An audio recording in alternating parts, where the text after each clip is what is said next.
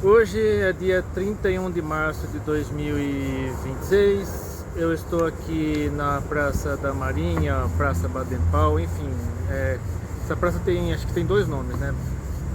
Enfim, de qualquer maneira eu estou aqui no Campolim, no Parque Campolim, próximo ao Ipanema, ao Iguatemi Esplanada, né? O Shopping Center Iguatemi Esplanada, para assistir mais um filme legendado, porque aqui em Sorocaba você só consegue assistir filme legendado no Iguatemi Esplanada, que é onde cobra mais caro. Graças a Deus eu tenho a oportunidade de assistir esses filmes com desconto, porque eu sou cliente de uma determinada operadora e aí eu consigo desconto de 50%, mas enfim, aqui em Sorocaba, na verdade, Votorantim, né? Porque o cinema fica em Votorantim. Você tem que atravessar a divisa, né? Atravessar a fronteira para ir até Votorantim para assistir filme legendado lá, porque praticamente na cidade inteira quase todos os filmes no cinema são filmes dublados e eu não gosto de filme dublado. Eu assistia filme dublado na televisão, porque não tinha outro jeito. Se você perdia o filme no cinema, e os filmes eram todos legendados, os filmes no cinema eram todos legendados, aí tinha um espaço de 2, 3 anos até aparecer na televisão, aí você assistia dublado na televisão. Aí agora, como estamos na era dos streamings, e nos streamings os filmes já aparecem dublados, e no cinema também, e já é o terceiro filme que eu estou assistindo no cinema neste ano. O primeiro foi A Empregada, que eu confesso que eu não pretendo assistir os outros 3 filmes da série, porque é um filme pesado, é um filme com conteúdo bem pesado. Quem tem sensibilidade com... Quem assistiu esse filme, A Empregada, sabe do que eu estou falando, porque o conteúdo é meio pesado para quem é muito sensível em determinadas áreas. Então eu não assistirei os outros 3, que são acho que O Segredo da Empregada, A Empregada Está de Olho e O Casamento da Empregada. Então o primeiro Empregado eu assisti, mas não pretendo assistir os outros 3, porque é um conteúdo meio pesado para quem não está acostumado. E o segundo filme foi o Davi Nasce um Rei, que na verdade é um desenho animado que eu assisti lá em Curitiba. Aproveitei que estava lá em Curitiba, estava sendo exibido esse filme lá, assisti lá mesmo em Curitiba, em janeiro deste ano. Então tanto A Empregada quanto o Davi Nasce um Rei assisti em janeiro deste ano. No caso, A Empregada assisti aqui mesmo no Iguatemi Esplanada. E novamente eu retorno aqui ao Iguatemi Esplanada para assistir o Devoradores de Estrelas, que é meu primeiro filme com Ryan Gosling. E quem é o Ryan Gosling? Atualmente é um ator de 45 anos, que ele ainda está com aparência de galã, já tem uma certa idade, mas ainda tem aparência de galã. E ele foi o Ken na versão live action do filme da Barbie. A Barbie, que é a Margot Robbie, que atualmente acho que já deve ter saído de cartaz, né? Que é a versão cinematográfica de Morro dos Ventos Vivantes, que aliás a versão cinematográfica de Morro dos Ventos Vivantes é uma das piores coisas que já apareceu na história do cinema, porque é uma adaptação totalmente erótica, uma adaptação até pornográfica, eu diria, de O Morro dos Ventos Vivantes, porque esse livro é um livro muito difícil de ser lido, porque ele tem muitas cenas de violência, o que existe de pior no ser humano você encontra nesse livro. E aí uma feminista, né, com vários problemas, né, acho que você entende onde eu quero chegar.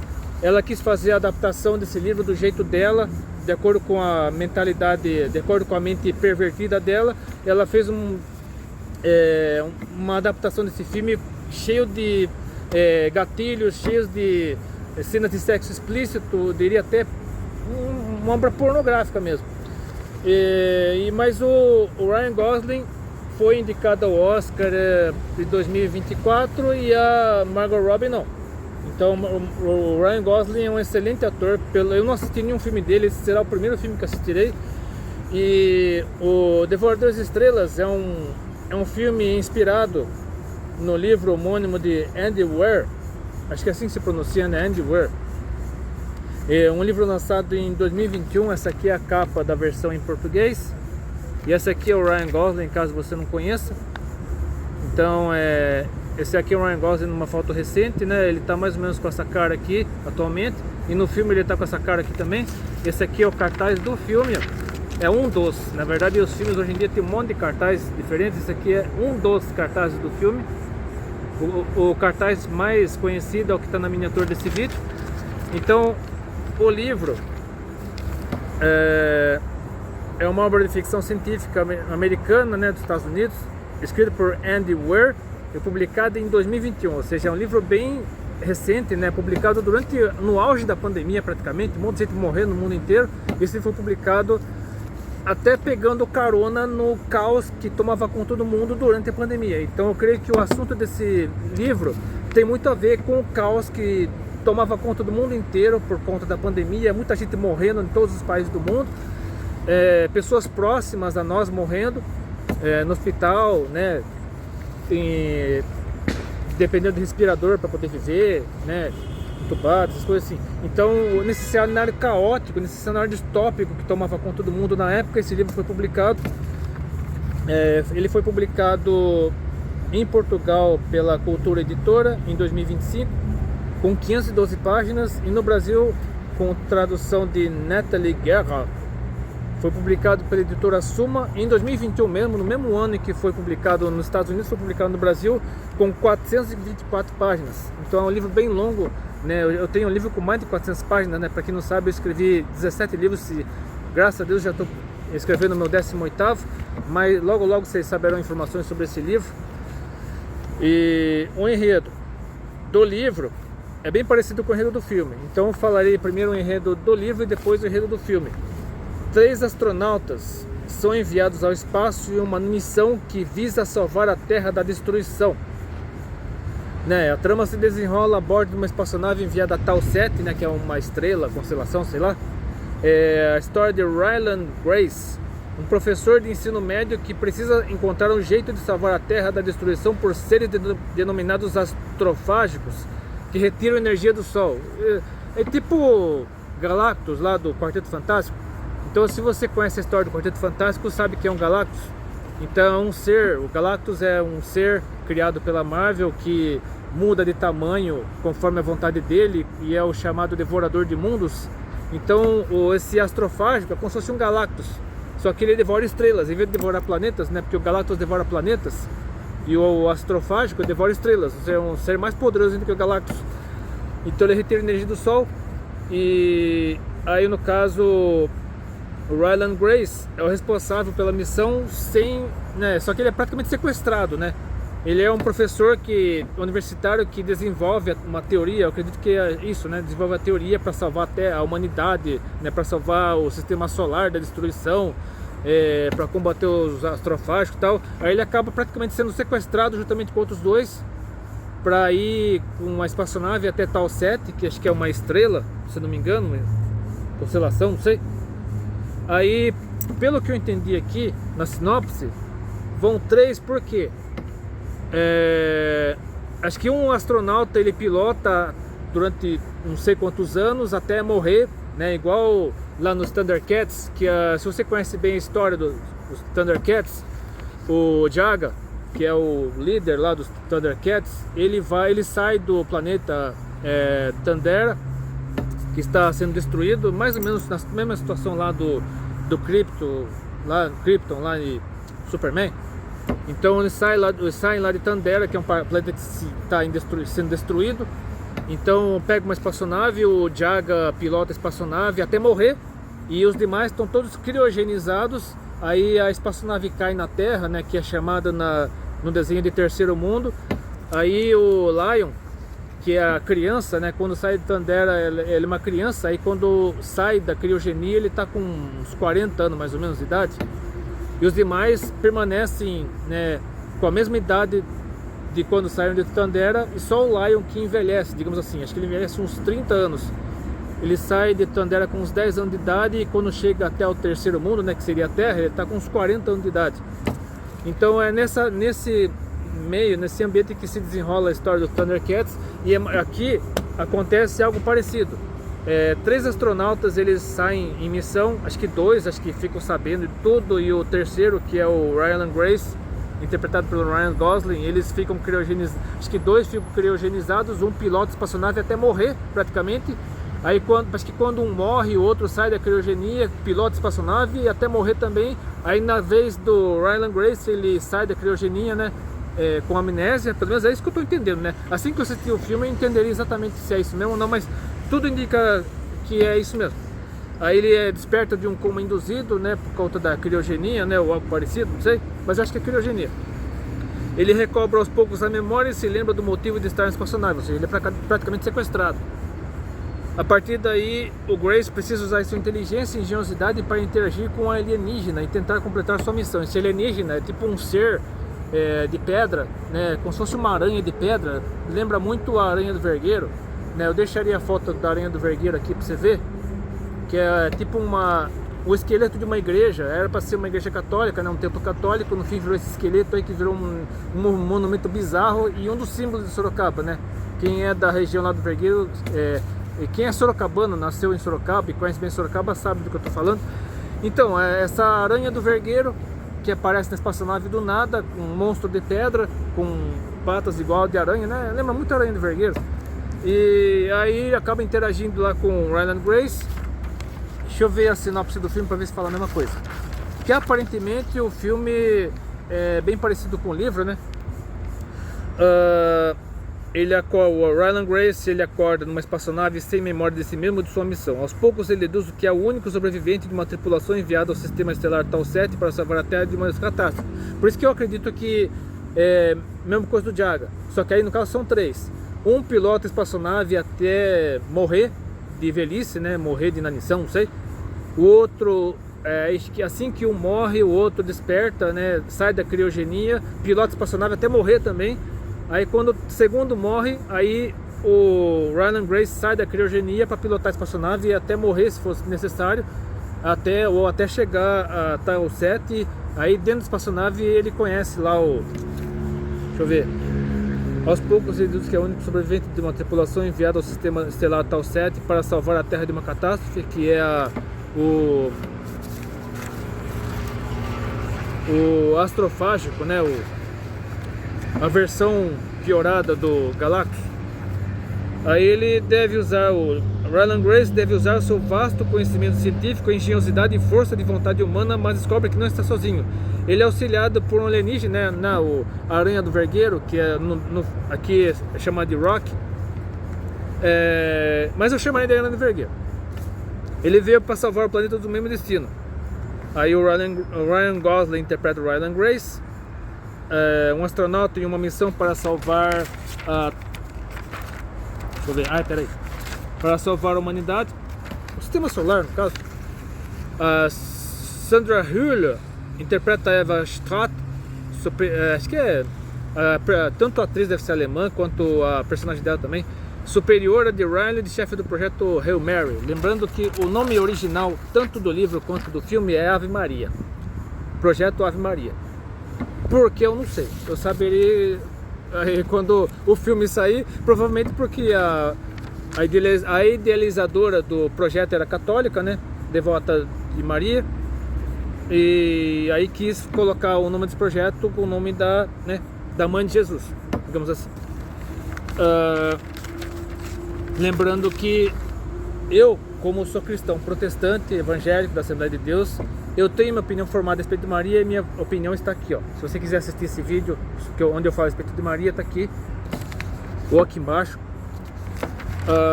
Agora vamos aqui para os demais personagens. Deixa eu ver.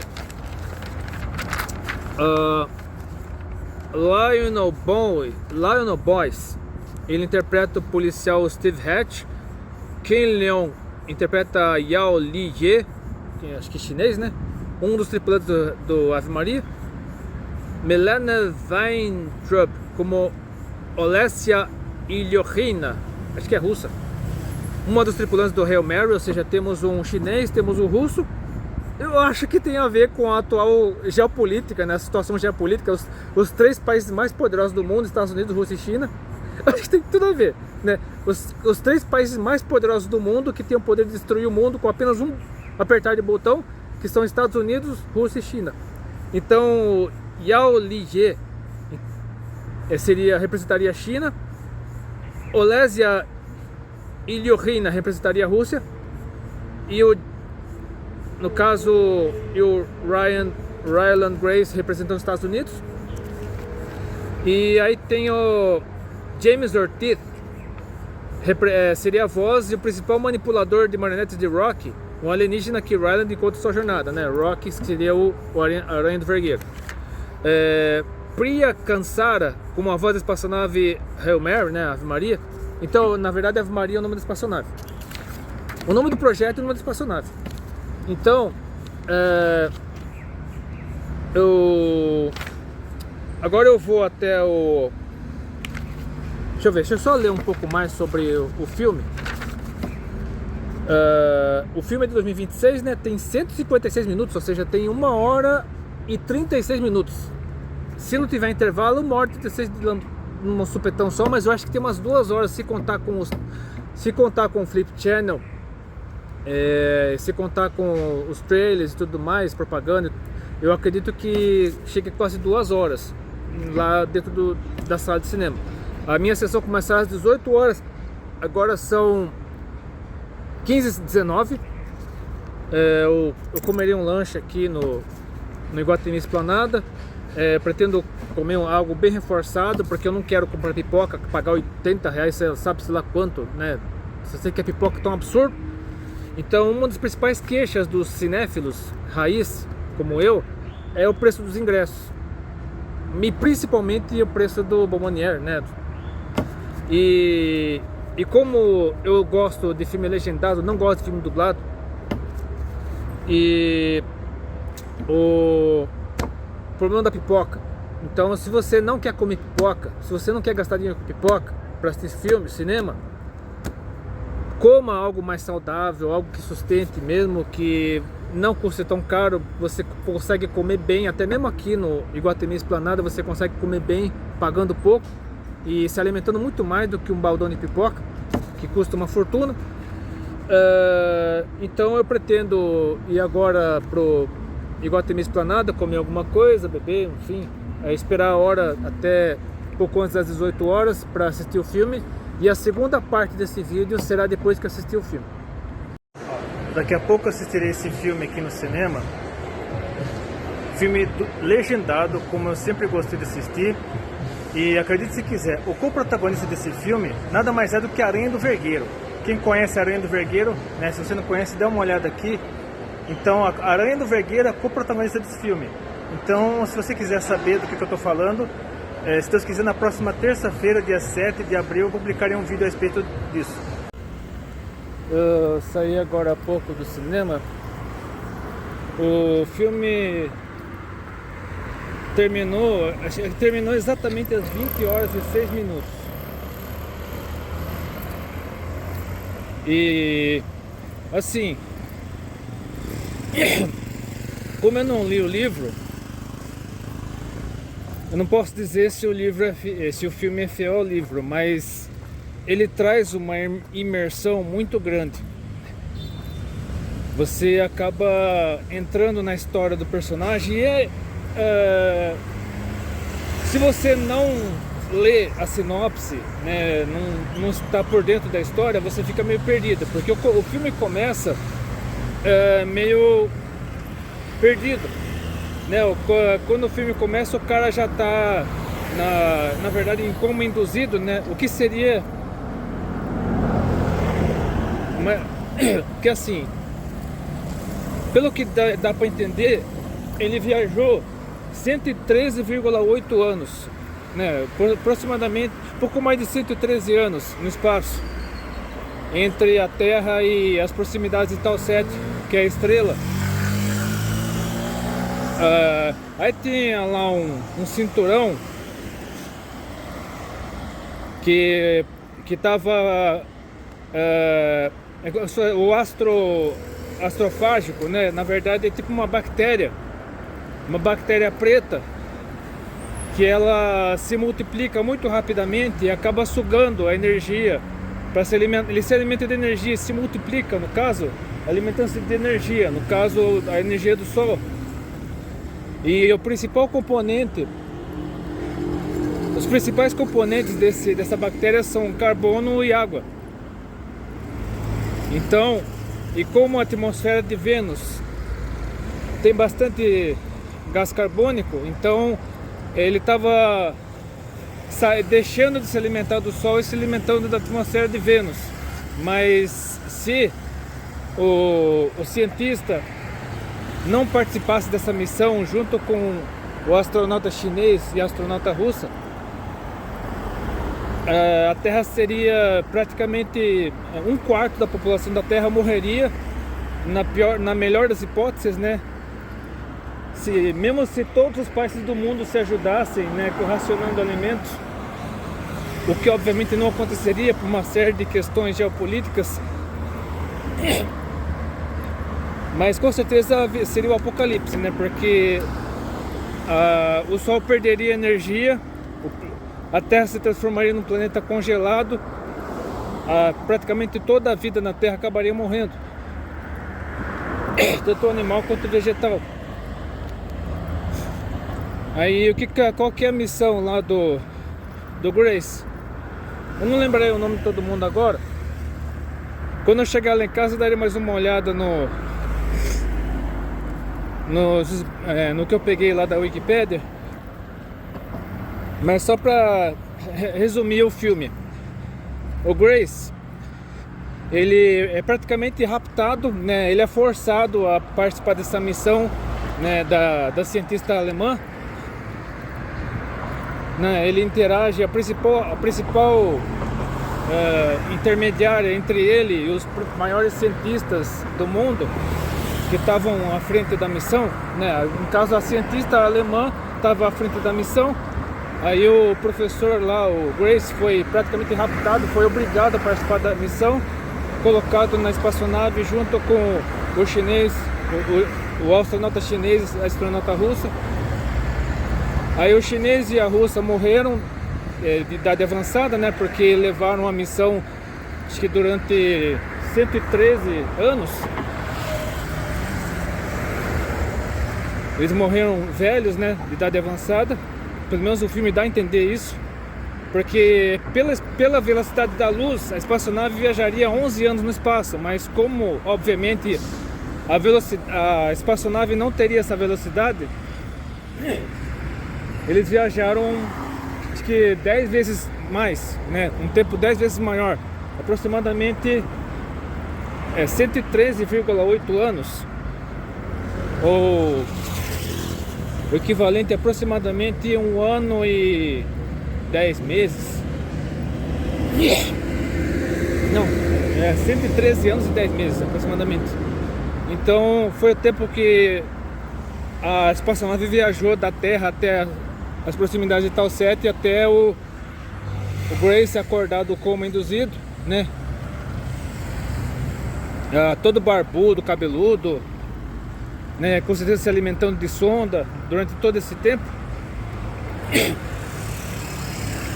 Aí ele descobriu que ele, com o tempo, ele começou a recuperar a memória, né, à medida que ele foi se adaptando à espaçonave. Aí começou a se lembrar de tudo, aí ao longo do filme mostra o professor Grace na sala de aula explicando o que estava acontecendo, a energia que estava sendo drenada do Sol pelo astrofágico, né, a bactéria preta. Aí mostra a descoberta da bactéria preta, como ela morria, como ela podia ser detida. Aí ao longo do filme você vê a missão e aparece lá o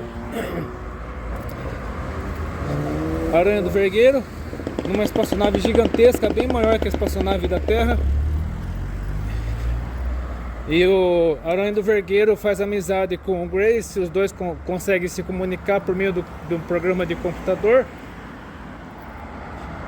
E o Aranha do Vergueiro não podia respirar o ar, a mesma pressão, não sei, da espaçonave do Grace, então ela tem que ficar sempre numa cápsula de vidro para poder sobreviver. Então os dois passaram a interagir, eles chegaram até um planeta parecido com Júpiter, só que verde. Conseguiram pegar uma bactéria no caso, coletar amostras dessa bactéria na atmosfera desse planeta, dessa versão verde de Júpiter, que seria Tau 7e, desculpe. O planeta Tau 7e, que é um planeta gasoso, verde, parecido com Júpiter, só que do sistema de Tau 7.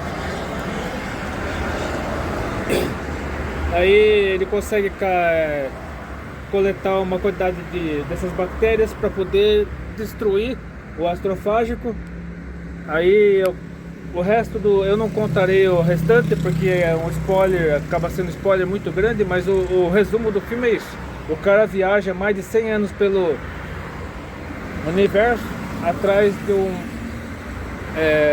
e inclusive o combustível da espaçonave é o próprio astrofágico, que consegue produzir astrofágico o suficiente para abastecer a espaçonave durante mais de 100 anos. Então o máximo que eu posso falar sobre o filme é isso. Agora eu estou aqui esperando o ônibus no ponto de ônibus aqui do Campolim. Não sei que hora que vem o ônibus, eu acabei perdendo o ônibus logo que saí do shopping. Aí eu esperarei outro ônibus, aí lá em casa eu continuo a gravação. Então, eu vim parar aqui no Terminal Ipiranga, ó. Pra você ver como é que é o Terminal Ipiranga. Eu perdi 2 ônibus Campolim. Inclusive quando eu tava tentando entender o filme, passou um Campolim. O cara nem esperou eu respirar, prestar atenção no letreiro e já passou. Então eu perdi 2 ônibus Campolim.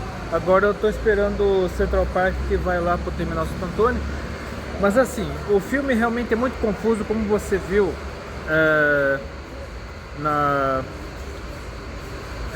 anteriormente. Como é que o cara pode ter viajado mais de 113 anos no espaço se ele tinha no máximo 30 anos para pegar lá no caso o protozoário, para devorar o astrófago, e para salvar o Sol e consequentemente a Terra. Aí no caso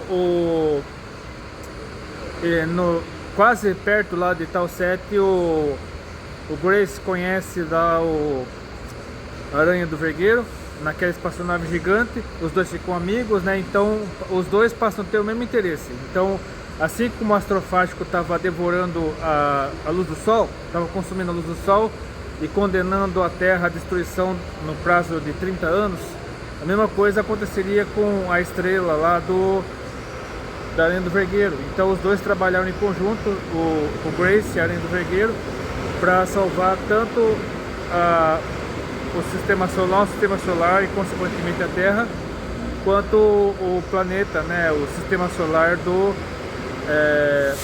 da Aranha do Vergueiro. Então, como eu já disse, né, se eu contar detalhes da restante da história, do que o Grace e a Aranha do Vergueiro fazem no final do filme, né, perderá completamente a graça. Mas o que eu posso dizer é o seguinte: a viagem durou menos de 30 anos. Eu acho que no total durou 16 anos, né? Acho que durou 16 anos, né? Porque seriam enviadas cápsulas com o material, no caso, o protozoário que consumiria o astrófago, né? Aquela bactéria preta que devora a luz do Sol. Então esse protozoário se alimenta da bactéria preta. Então sondas com todo o material, inclusive as gravações feitas pelo Grace na espaçonave, né, que o nome da espaçonave é Mary, né, Ave Maria, esquece. Então e amostras desse protozoário serem enviadas à Terra. Então a cientista alemã tá velha no final do filme, mas está viva, né? Indica que a passagem do tempo foi de no máximo 16 anos. Mas enfim, quando eu chegar lá em casa eu pararia um pouco, refletirei, né? Tentaria analisar com calma o que eu assisti e tentaria encontrar alguma coisa à luz da Bíblia para acrescentar, para finalizar o vídeo. Neste momento são 23 horas e 1 minuto. Acabei de chegar ao apartamento, tô morrendo de sono, mas eu preciso encerrar esse vídeo contando meu parecer final a respeito da história, né, do Devoradores de Estrelas, e dividindo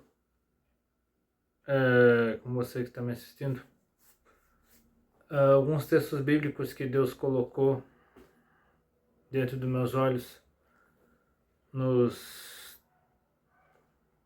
pelo menos nos 2 últimos ônibus. Eu peguei 3 ônibus para vir até aqui, e pelo menos nos dois últimos ônibus, Deus foi colocando textos bíblicos para eu ler. E primeiramente eu quero falar a respeito do que eu entendi da história, porque a história realmente é como se fosse o Andy Weir, ele quis fazer um livro de ficção científica para comparando o astrófago, no caso a bactéria preta, como se fosse uma versão interplanetária, né? Uma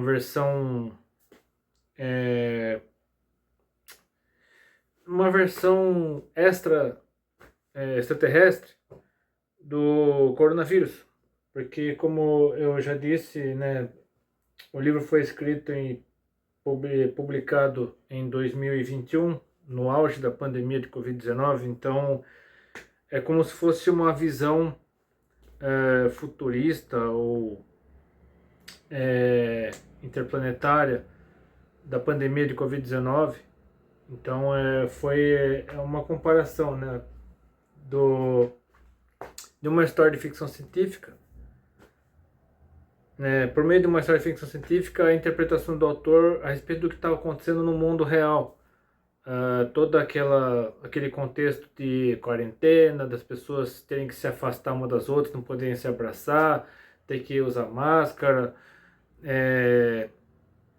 ter que usar álcool em gel, enfim, todo aquele contexto distópico que vivemos durante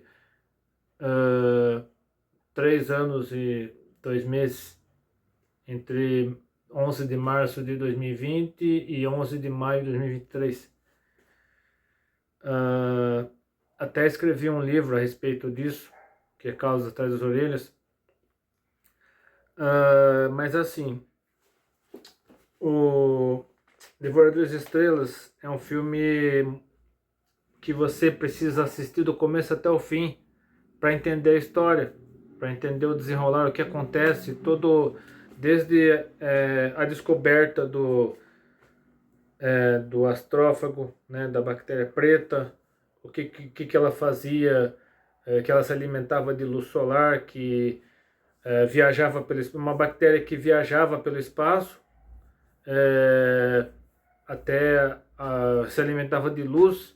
Então estava devorando o Sol. Primeiramente começou a devorar o Sol, depois começou a migrar para Vênus para se abastecer de carbono, mas se alimentava principalmente de energia das estrelas.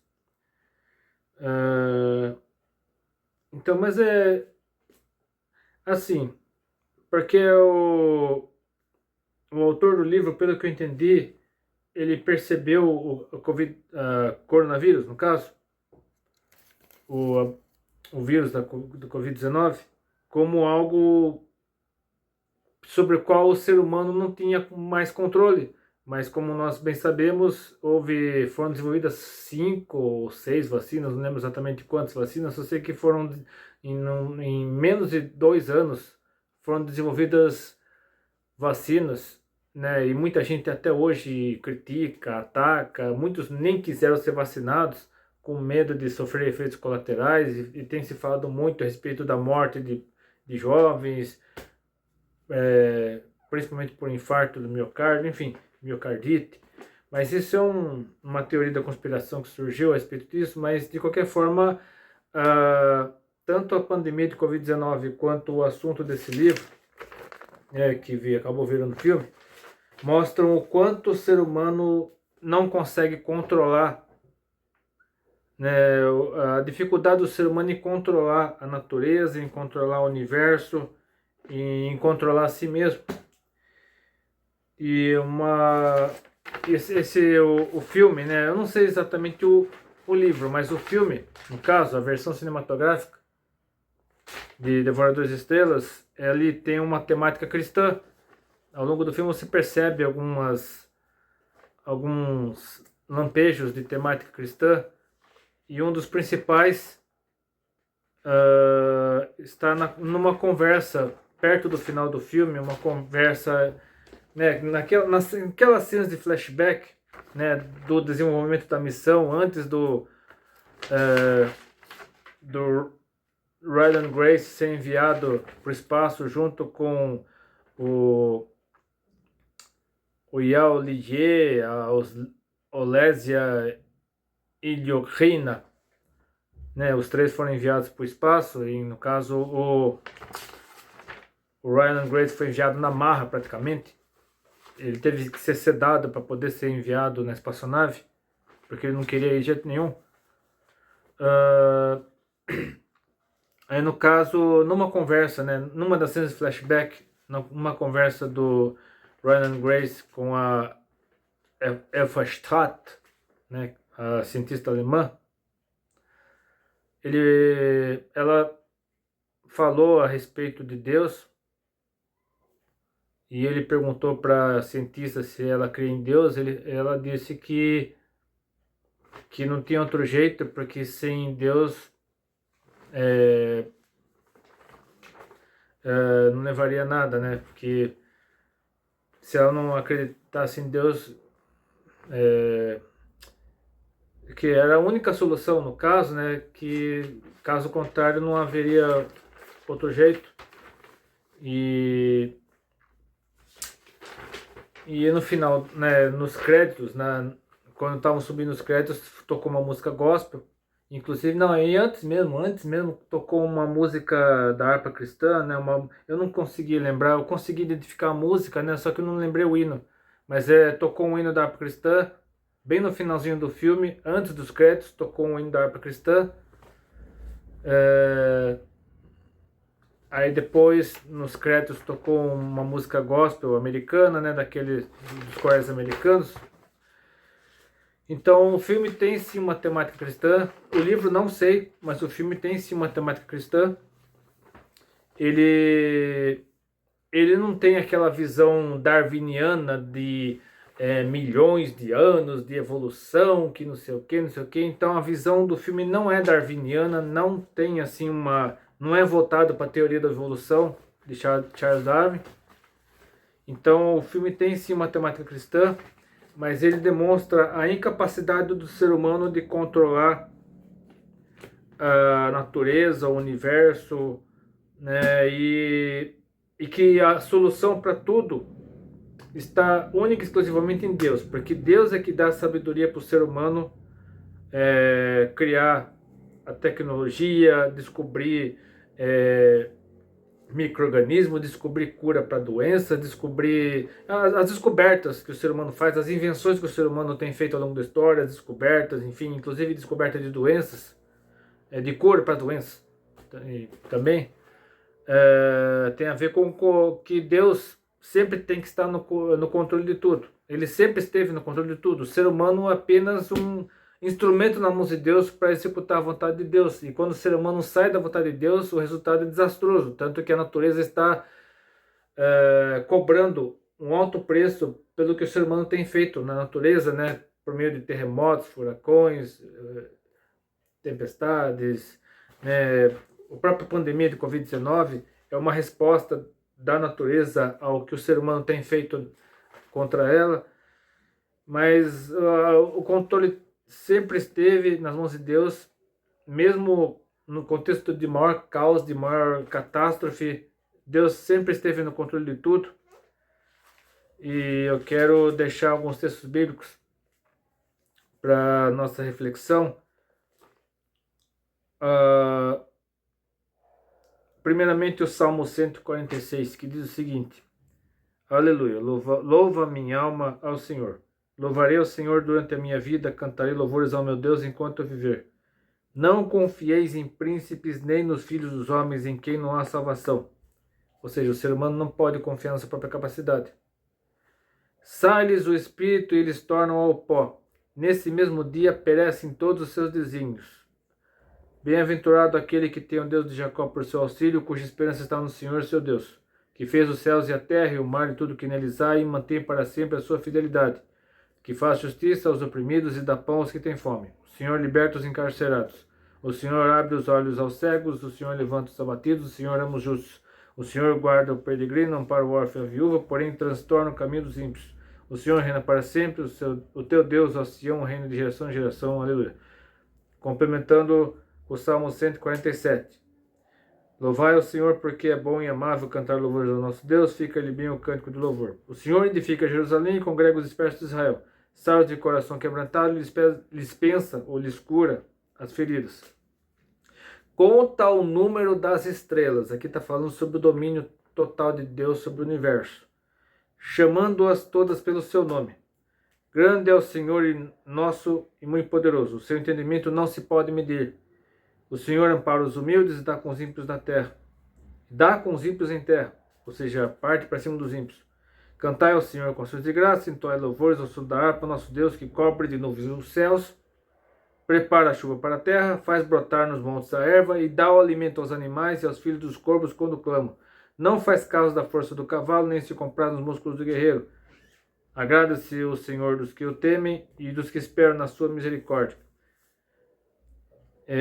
Louva Jerusalém ao Senhor, louva Sião ao teu Deus, pois ele reforçou as trancas das tuas portas e abençoou os teus filhos dentro de ti. Estabeleceu a paz nas tuas fronteiras e se farta com o melhor do trigo. Ele envia suas ordens à terra e a sua palavra corre velozmente. Dá a neve como lã e espalha a geada como cinza. Ele arroja o seu gelo em migalhas. Quem resiste ao seu frio? Manda sua palavra e o derrete. Faz soprar o vento e as águas correm. Mostra a sua palavra a Jacó e as suas leis e os seus preceitos a Israel. Não fez assim a nenhuma outra nação, todos ignoraram os seus preceitos. Aleluia. Aí, mais para frente, lá em Joel, capítulo 2, versículos 28 a 32, mostra o derramamento do Espírito Santo, né? Porque com a vinda de Jesus, Jesus veio a esse mundo, morreu em nosso lugar. Aí, quando ele voltou aos céus, após 10 dias, mandou o Espírito Santo, e o Espírito Santo continua entre nós até hoje. Mas aqui, tanto sobre a descida do Espírito Santo, quanto sobre os sinais da volta de Jesus, está escrito o seguinte, aqui em Joel capítulo 2, versículos 28 a 32.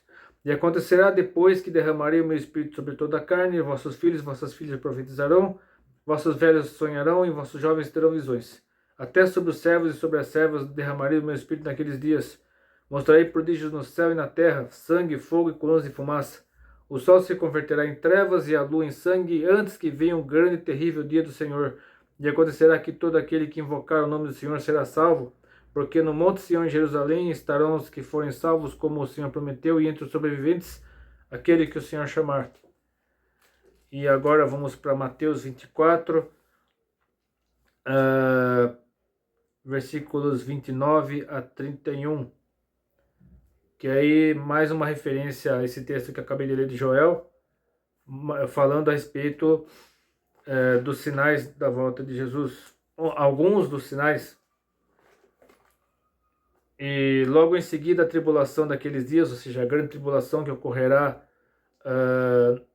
após o arrebatamento da igreja.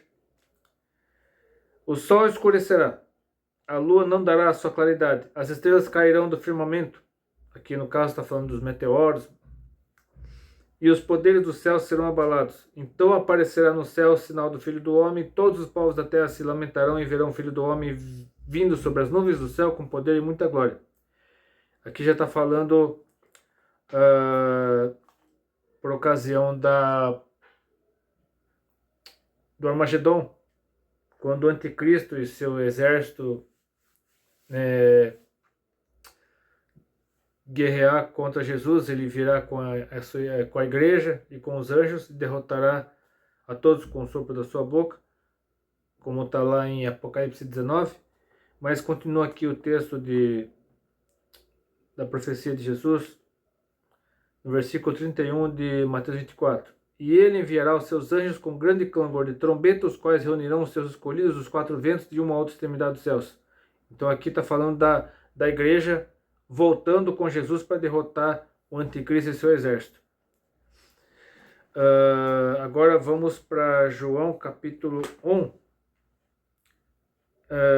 de 1 a 14, que aqui fala sobre a vinda de Jesus, a primeira vinda de Jesus,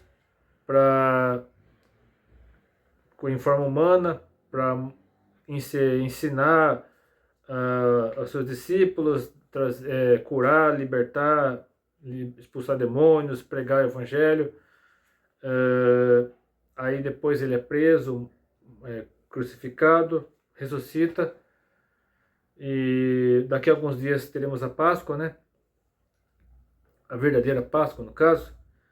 Mas aqui no Evangelho segundo João, capítulo 1, versículos 1 a 14, diz o seguinte: no princípio era o Verbo, e o Verbo estava com Deus, e o Verbo era Deus. No caso, o Verbo aqui é Jesus. Ele estava no princípio com Deus, todas as coisas foram feitas por ele. Aqui fala sobre a criação. Jesus participou da criação. E todas as coisas foram feitas por intermédio dele, e sem ele nada do que foi feito se fez. A vida estava nele, a vida é a luz dos homens. A luz resplandece nas trevas, e as trevas não prevaleceram contra ela. Houve um homem enviado por Deus, cujo nome era João. Aqui no caso, o João Evangelista, falando a respeito da vinda de João Batista, para preparar a vinda de Jesus. Este, no caso, o João Batista, veio como testemunha para que testificasse a respeito da luz, a fim de todos virem a crer por intermédio dele. Ele não era a luz, mas veio para que testificasse da luz, a saber, a verdadeira luz que vindo ao mundo ilumina todo o homem, todo ser humano. O Verbo estava no mundo, e o mundo foi feito por intermédio dele, mas o mundo não conheceu. Relembrando o final do texto lá de Salmo 147, desculpe, o final do Salmo 147, que fala que Israel foi escolhido por Deus, os demais povos o rejeitaram, mas o próprio Israel acabou rejeitando a Deus também, porque rejeitou a Jesus Cristo. Mas enfim, continuando aqui no versículo 11 de João 1, veio para o que era seu, e os seus não receberam. Mas a todos quantos o receberam, deles o poder de serem feitos filhos de Deus, a saber, aos que creem no seu nome, os quais não nasceram da carne, nem da vontade da carne, os quais não nasceram do sangue, nem da vontade da carne, nem da vontade do homem, mas de Deus. E o Verbo se fez carne e habitou entre nós, cheio de graça e de verdade, e vimos a sua glória, glória como do unigênito do Pai. Eu quero encerrar aqui com 3 trechos do Apocalipse. Primeiramente, capítulo 1, versículos 4 a 8. João, às 7 igrejas que se encontram na Ásia, graça e paz a vós outros, da parte daquele que é, que era e que há de vir, da parte dos 7 espíritos que se acham dentro do seu trono, e da parte de Jesus Cristo, a fiel testemunha, o primogênito dos mortos e o soberano dos reis da terra. Aquele que nos ama e pelo seu sangue nos libertou dos nossos pecados e nos constituiu reino, sacerdotes para o seu Deus e Pai, a ele a glória e o domínio pelos séculos dos séculos. Amém. Eis que vem com as nuvens, e todo olho verá, até quantos o traspassaram. Aqui falando novamente sobre a vinda de Jesus com a igreja, os anjos, por ocasião da batalha do Armagedon. E todas as tribos da terra se lamentarão sobre eles, certamente. Amém. Aí Jesus falando: eu sou o Alfa e o Ômega, diz o Senhor Deus, aquele que é, que era e que há de vir, o Todo-Poderoso. Então são textos, esses textos que eu estou lendo aqui falam a respeito de Deus como Todo-Poderoso. Somente Ele pode todas as coisas, o ser humano apenas um instrumento nas mãos dele. E quando o ser humano sai da presença de Deus, o resultado é desastroso. Agora vamos para uma das manifestações, da volta de Jesus, que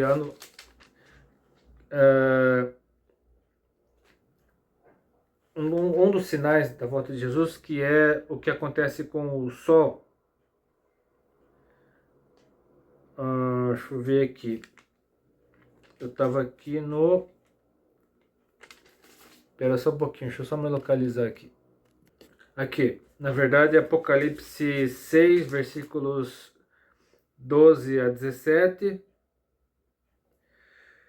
que diz assim: vi quando o Cordeiro abriu o 6º selo e sobreveio o grande terremoto. O sol se tornou negro como o saco de crina, a lua toda como sangue, as estrelas do céu caíram pela terra, como a figueira quando abalada por vento forte deixa cair os seus figos verdes. E o céu recolheu-se como um pergaminho quando se enrola. Então todos os montes e ilhas foram removidos do seu lugar. Os reis da terra, os grandes, os comandantes, os ricos, os poderosos, e todo escravo e todo livre se esconderam nas cavernas, nos penhascos dos montes e disseram aos montes e aos rochedos: Caí sobre nós, escondemos da face daquele que se assenta no trono e da ira do Cordeiro, porque chegou o grande dia da ira deles, e quem é que pode suster-se? Então, se para a igreja a volta de Jesus é de glória, de júbilo, de celebração, é um momento de alegria, para os ímpios a volta de Jesus será terrível, tenebrosa, será um acontecimento horrível, a ponto de dos ímpios procurarem a morte e não conseguirem encontrar. Mas o fim de tudo isso é maravilhoso. Os ímpios, obviamente, serão derrotados na batalha do Armagedon, que está lá em Apocalipse 19. No Apocalipse 20 é o julgamento do trono branco, onde todos os ímpios serão mandados para o lago de fogo e enxofre. E aqui, Apocalipse 21, eu lerei aqui os versículos, deixa eu ver, espera só um pouquinho. Então, eu lerei só os versículos 1 a 8, né? Se você quiser ler depois o restante do capítulo 21 e capítulo 22, aí você pode ler na sua... mas eu quero ler agora, só para encerrar esse vídeo, Apocalipse 21, de 1 a 8. Vi novo céu e a nova terra, pois o primeiro céu e a primeira terra passaram e o mar já não existe. Vi também a cidade santa, a nova Jerusalém, que descia do céu, da parte de Deus, ataviada como noiva, adornada para o seu esposo. Então ouvi grande voz vinda do trono, dizendo: Eis o tabernáculo de Deus com os homens, Deus habitará com eles. Eles serão povos de Deus, e Deus mesmo estará com eles. E lhes enxugará dos olhos toda lágrima, e a morte já não existirá, já não haverá luto, nem pranto, nem dor, porque as primeiras coisas passaram. E aquele que está sentado no trono disse: Eis que faço novas todas as coisas. E acrescentou: Escreve, porque essas palavras são fiéis e verdadeiras. Disse-me ainda: Tudo está feito. Eu sou o Alfa e o Ômega, o princípio e o fim. Eu, a quem tem sede, darei de graça da fonte da água da vida. O vencedor lhe dará essas coisas, e eu lhe serei Deus, e ele me será filho. Quanto, porém, aos covardes, incrédulos, abomináveis, assassinos, impuros, feiticeiros, idólatras e a todos os mentirosos, a parte que lhes cabe será no lago que arde com fogo e enxofre, a saber, a segunda morte. Então, esse filme, Devoradores de Estrelas, é um filme para nos fazer pensar assim, a respeito da incapacidade do ser humano de ser como Deus, de controlar a natureza, de controlar o universo. E se o ser humano pode fazer alguma coisa, é porque Deus deu inteligência para ele. E se o ser humano usa essa inteligência para o mal, o resultado é morte, caos, destruição, cenário mais sombrio que você possa imaginar. Mas quando Deus está presente, quando Deus está atuando, quando Deus está no controle, as coisas andam, as coisas se encaixam, e o resultado é isso que você acabou de ouvir. Tudo terminará bem, como disse o pastor Billy Graham. Eu li a última página da Bíblia. Tudo terminará bem. Então, que esse vídeo possa ser uma mensagem para o seu coração. Como eu sempre digo em todas as resenhas de vídeos que eu gravo, de livros que eu leio, filmes que eu assisto, eu nunca leia nenhum filme, nunca leia nenhum livro, nunca assista nenhum filme sem conhecer bem o que está aqui na Bíblia. Porque quando você lê um livro ou assiste um filme sem conhecer devidamente as lições da Bíblia, se você não vive na presença de Deus, se você ainda não teve encontro real com Jesus Cristo, essas coisas que você lê, o vídeo que você assiste, poderão detonar sua cabeça. Então tome muito cuidado. Se você gostou desse vídeo, curta, compartilhe com seus favoritos, Deus abençoe. E até bem, se quiser.